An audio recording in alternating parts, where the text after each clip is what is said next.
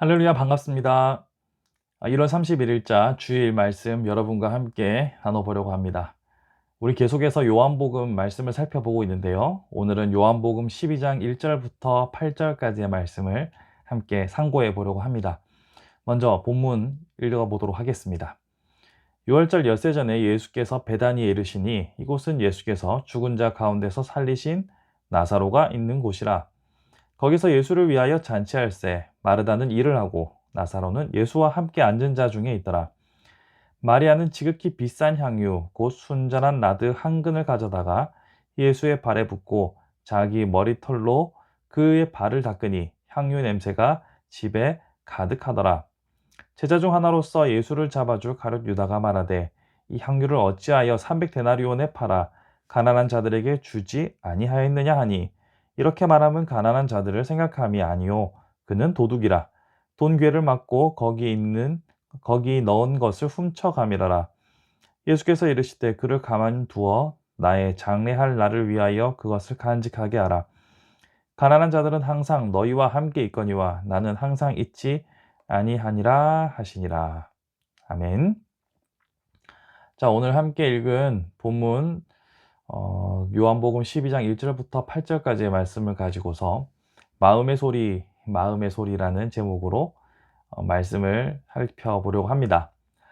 자, 먼저 본문을 읽어보신 것처럼 오늘 본문은 마리아가 예수의 발 앞에 귀한 향유를 깨뜨리고 그 발을 머리로 닦고 많은 제자들의 비난을 한 몸에 받는 모습을 보게 됩니다. 물론 예수께서 그 일의 귀한 가치를 설명해 주셨고 요한은 그 일이 어떤 마음에서 비롯되었는지 사람들의 마음 속을 직접 기술해 주고 있기 때문에 대략적인 내용을 파악하는 것에 큰 어려움은 없으리라 생각합니다. 그런데 여기서 기름을 붓는 장면은 우리에게 익숙하면서도 또 한편으로는 익숙하지 않는 장면입니다. 성경에서 기름을 붓는 장면이 자주 등장하기 때문에 우리에게 그렇게 낯설지는 않지만 또 한편으로는 우리의 문화 속에 녹아 있는 것은 아니기 때문에 낯설기도 하죠. 성경에서 기름을 바르는 경우에 대해서 먼저 한번 살펴보도록 하겠습니다. 성경에서 기름을 바르는 장면은 사람에게 바를 때가 있고 사물에 바를 때가 있습니다. 우선 사물에 바를 때는 그 사물을 정결하게 하기 위한 목적이 있습니다. 예를 들어 제사에 필요한 집기들이나 성막에 들어가는 물건들을 정결하게 할 때 기름을 바르는 장면들을 보게 됩니다. 두 번째, 사람에 바를 때에는 세 가지 경우가 있을 수 있습니다. 첫 번째는 왕이나 제사장이나 혹은 선지자들을 기름을 부어 세우는 장면을 우리는 보게 됩니다. 거룩한 주의 일꾼들을 세울 때 쓰는 방식이죠. 두 번째로는 환자들을 치료하는 목적으로 기름을 바를 때가 있습니다. 우리가 잘 아는 사마리아인 비유를 보시면 그가 강도 만난 이웃을 치료할 때 기름을 바르는 장면을 보신 적이 있으실 겁니다. 세 번째로는 시신에 바르는 경우입니다. 예수께서 십자가에서 돌아가시고 난 다음 날 여인들이 무덤을 찾아갔던 이유는 바로 이 기름을 바르기 위함이었던 것이죠. 자, 이러한 경우를 기초로 해서 생각해 보면 예수께 기름을 바르고 있는 이 장면은 예수님을 왕으로서 하나님의 나라를 다스리는 통치자 왕으로서의 예수님의 모습을 보여주는 한 측면이라고 볼 수 있습니다. 동시에 당신의 죽으심을, 그러니까 예수 그리스도의 죽으심을 나타내는 장면이라고도 볼 수 있습니다. 마태복음 26장 12절에서는 이렇게 말하고 있습니다. 이 여자가 내 몸에 이 향유를 부은 것은 내 장례를 위하여 함이니라. 마태복음 26장과 마가복음 14장에서는 동일하게 이 기름 붓는 장면을 다루고 있는데요. 마태복음에서는 이와 같이 내 장례를 위하여라고 말하고 있습니다. 그러므로 본문의 왕이신 예수님의 모습을 한 여인을 통해서 드러내시고 동시에 죽음으로써 완성하실 당신의 사역을 이 여인을 통하여서 마리아를 통하여서 드러내고 계시다라는 것이 바로 이 본문의 의미인 것이죠. 어떻게 보면 사회의 약자고 낮은 자인 이 여인을 통하여서 당신의 왕이심과 장차 일어날 죽음의 사역을 보여주고 계시는 중요한 장면이라고 볼 수 있습니다. 자, 이렇게 의미를 살펴보았다면 사건 속의 사람들을 통하여서 우리는 과연 어떤 교훈을 얻을 수 있을지도 함께 생각해 보려고 합니다. 자, 본문에 등장하는 인물은 크게 세 인물이 나타납니다. 예수님과 마리아와 가룟 유다, 이렇게 세 명이죠. 먼저 마리아가 등장하여서 예수님의 발에 비싼 향유를 깨트려 바르니 많은 사람들이 크게 놀라게 됩니다. 오늘 본문에서는 특별히 유다의 이름이 언급되고 있는데요. 다른 병행되는 본문 마태복음 26장과 마가복음 14장을 보시면 여기서는 유다의 이름이 등장하지만 이 병행 본문에서는 제자들이라고 나와 있기에 주변 모든 사람들, 거의 모든 사람들이 다 놀란 것으로 이해할 수 있겠습니다. 특별히 유다는 구체적으로 향유의 금액까지 언급하면서 지적질을 하고 있는, 비난하는 모습을 우리는 보게 됩니다. 본문에 나와 있는 것처럼 노동자의 1년치에 달하는 그 금액이라면서 이 돈으로 가난한 자를 도울 수 있지 않았겠느냐라고 말합니다. 자, 1년치 연봉을 그렇게 쏟아 부으니까 여러분이라도 그렇게 반응하실지 모르겠습니다. 그런데 우리는 여기서 멈춰서 생각해 볼 필요가 있습니다. 오늘 설교 제목이 마음의 소리지요. 이렇게 제목을 정한 이유가 다 있습니다. 사람은 항상 자신의 주된 관심거리를 중심으로 외부의 사건을 보게 되는 경향이 있습니다. 가령 하나의 뉴스가 터진다라고 생각하면 각 사람의 관심사에 따라서 먼저 고려하고 있는 바를 중심으로 생각하게 됩니다.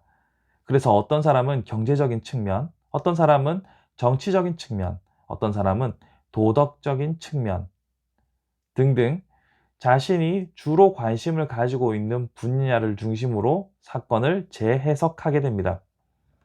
마찬가지로 가장 먼저 고려되고 언급되는 것은 그 사람의 가장 중심에 있는 마음의 소리라고 할 수 있겠죠. 그렇다면 유다는 먼저 무엇을 말하고 있습니까? 요한복음 12장 5절 말씀은 이 향유를 어찌하여 300데나리온에 팔아 가난한 자들에게 주지 아니하였느냐 하니. 자, 마리아의 행동에 대한 의미나 이유를 알고 싶어 하지도 않고 전혀 묻지도 않습니다. 다만 그 향유의 가치와 그것을 통해서 할 수 있는 일들을 언급하고 있죠. 그의 주된 관심은 돈이라는 것을 쉽게 알 수 있습니다. 근데 이때 나온 구제 이야기는 허울 좋은 핑계일 뿐이고요. 자신이 돈의 노예가 되어 있다라는 사실을 가리기 위한 위장에 불과합니다. 그럴듯한 발림을 하는 것이죠. 실상은 그게 아니라는 것을 요한은 잘 증거해주고 있습니다. 이어 나오는 12장 6절은 이렇게 말하죠. 이렇게 말하면 가난한 자들을 생각함이 아니요 그는 도둑이라 돈괴를 맞고 거기 넣은 것을 훔쳐가미러라. 자, 이렇게 훔쳐가는 사람이 정말 가난하고 어려운 사람들을 구제하는 것에 목적을 두었을까요? 아니죠. 그의 말을 통하여서 그의 주된 관심사가 돈이라는 것이 밝혀졌고 그는 도둑질하는 자라는 것 또한 요한이 설명해 주고 있습니다. 그렇다면 그는 거짓말하는 사람이었고 돈에 매인 사람이라는 것만 드러냈을 뿐입니다. 주된 관심은 우리의 말과 태도에서 쉽게 드러날 수 있다는 거죠. 그러므로 우리는 우리의 말과 태도에서 과연 나의 관심이 어디에 있는지를 발견하는 지혜가 필요합니다. 이렇게 자신이 어디에 마음이 쏟고 있는지, 내 마음이 어디를 향하고 있는지를 보지 못한다면 우리는 유다와 별반 다를 바 없는 인생이 될지도 모르겠죠. 특별히 주변 사람들의 말에 귀를 기울여야 합니다. 주변 사람들의 말 중에서도 쓴소리에 귀를 기울여야 합니다. 왜냐하면 그 속에서 내가 연약한 부분을 발견할 수도 있고 그 안에 드러나는 나의 태도가 무엇인지도 발견할 수 있기 때문이죠. 그러므로 우리는 언제나 내 자신의 소리뿐만 아니라 주변의 소리에서도 자신을 면밀하게 살필 수 있는 지혜를 구하는 것이 필요합니다. 자, 이렇게 우리 자신을 살피지 않으면 우리는 우상 숭배하는 자요, 두 주인을 섬기는 자가 되는 위험에 노출되게 됩니다. 그렇게 되면 어찌 우리 주님 앞에 서서 고개를 들 수 있겠습니까? 주께서 찾으시는 성도의 삶을 이러한 삶이다라고 어찌 말할 수 있을까요?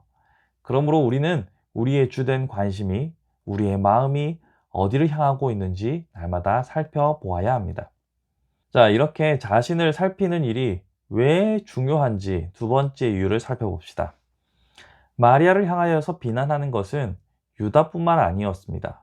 오늘 본문에서는 가룟 유다가 대표적으로 마리아를 비난한 것으로 나타나고 있지만 병행 본문을 마태복음과 마가복음을 보시면 많은 제자들이 마리아를 비난한 것으로 기록하고 있습니다. 자, 예수님을 따르는 많은 무리들이 당시에 있었습니다. 그런데 그 중에서도 제자들이라고 하면 예수님과 동고동락하면서 가장 가까이에 있는 측근들이었다라고 할 수 있습니다. 그런데 그들이 지금 마음에 예수님과 하나님의 나라가 자리 잡고 있지 않으니 이 물질적인 관점에서, 경제적인 관점에서만 마리아의 행동을 보고 판단하고 있는 겁니다. 그 누구도 어떤 이유로, 어떤 사유로 그런 일을 하고 있는지 묻는 이가 없습니다. 다만 그 향유의 가치와 그것으로 할 수 있는 일들에 대해서만 말하고 있죠. 바로 이것이 제가 강조하고 싶은 이야기입니다. 그들이 제자라고 하면서 가장 예수님의 최측근, 핵심 인물들이라고 말하고 있지만 그들의 마음에 예수님이 중심이 아니라 돈이 중심이 되니까 예수님을 위한 사역을 하는 마리아의 걸림돌이 되는 겁니다. 그러니까 쉽게 말하면 아무리 중요한 인물들, 가까운 인물들이라 할지라도 마음의 첫 번째가 예수님이 아니면 오히려 걸림돌이 되는 사람들이 된다는 것이죠. 다른 말로 내 마음이 세속적인 상태라면 충성된 자가 아니라 도리어 하나님의 영광을 가리우는 걸림돌이 된다는 것이죠. 그러므로 내 마음의 소리, 즉 내가 진짜 욕망하는 것들을 정확히 파악해야만 두 주인을 섬기지 않을 수 있으며 예수 그리스도의 영광을 가리는 걸림돌이 되지 않는다는 거죠. 자, 그렇다면 마지막으로 이런 세속적인 상태, 즉 마음의 주인이 예수가 아니라 다른 것들로 채워져 있는 이 세속적인 상태를 벗어나려면 우리는 어떻게 해야 할까요? 이 주제로도 긴 시간 설명을 해야 할 테니 간략하게만 말씀을 드리면, 내가 예수님을 진정 사랑하면, 예수님을 뜨겁게 사랑하면 내 마음의 중심을 예수님으로만 두고 살아갈 수 있습니다. 에이, 무슨 그게 설명이 다냐라고 하실 수 있겠지만, 예수님을 진정 사랑하면 예수님을 중심으로 모든 것이 다 재구성이 되는 것이고, 그것이 바로 예수님을 내 마음의 첫 번째로 두는 삶이 되는 것이죠. 이것이 실패하는 이유는 예수님을 사랑하기보다는 예수님을 통해서 얻는 무엇인가를 사랑하는 잘못된 마음들이 만들어낸 결과일 가능성이 높습니다. 그러므로 우리 자신을 돌아보고 우리 자신을 아무리 쳐서 우리 자신을 굴복시킨다고 한들 내가 예수님을 사랑하지 않으면 이게 다 무슨 소용이 있겠습니까? 그러므로 우리의 마음이 과연 예수를 향해 있는지, 내가 진정 뜨겁게 예수를 사랑하는지, 아니면 예수를 통해서 얻는 무언가를 사랑하는지 분별하는 태도가 필요하죠. 그렇기에 예수님을 가장 뜨겁게 사랑하는 것이 이 모든 문제들의 근본적인 해결책이 될 수 있는 것입니다. 자, 오늘의 결론을 한번 맺어볼까요? 여러분의 주된 관심거리, 여러분의 주된 관심사가 무엇인지 여러분의 마음의 소리에 귀를 기울여 보시기 바랍니다. 여러분의 주된 관심은 무엇입니까? 예수입니까? 아니면 다른 무엇인가입니까? 여러분의 마음의 소리에 귀를 기울이시고 진솔하게 그리고 솔직하고 용기 있게 자신을 직면해 보시기 바랍니다. 그렇게 자신을 돌아보고 직면하는 시간을 통하여서 내 마음의 주인이 누군지를 확립하고 그 주인을 따라가는 복된 삶을 살아가는 저와 여러분들의 복된 일상들이 될 수 있기를 간절히 바라봅니다. 기도하겠습니다. 사랑해 주님 은혜를 감사합니다. 오늘 우리가 함께 본 요한복음 12장 말씀을 통하여서 우리의 마음에는 과연 무엇이 자리 잡고 있는지 귀를 기울여 봅니다. 주님, 분명 주께서는 내 마음에 두 주인을 섬기지 못한다고 하셨음에도 불구하고 어떻게든 두 주인을 섬기려고 하는 우리의 어리석음을 불쌍히 여겨주시고 내가 주를 뜨겁게 사랑함으로 다른 모든 것들을 배설물처럼 여기는 바울의 장성한 분량에 이를 수 있도록 성령 하나님 우리를 주장하여 주시고 인도하시고 날마다 깨닫는 은혜를 허락하여 주옵소서. 그리하여 날마다 주님을 첫 번째로 모시고 주님과 동행하는 삶을 이 땅에서 천국을 맛보는 삶을 살아갈 수 있도록 사랑하는 모든 성도들에게 은혜 베풀어 주옵소서. 주님 어려운 시국 가운데서 성도들의 필요를 주님께서 아시오니 때를 따라 돕는 손길을 허락하여 주시고 한량없는 위로와 기쁨이 충만한 참 성도의 삶을 살아가도록 인도하옵소서. 감사드립니다. 다시 만나는 그날까지 모두에게 주 예수 그리스도의 평강과 성령님의 교통하심을 간절히 구합니다. 예수 그리스도 이름으로 기도합니다. 아멘. 한 주간도 승리하시고 어디서든지 주와 함께 동행하며 천국을 맛보시는 복된 삶을 살기를 주님의 이름으로 축복합니다.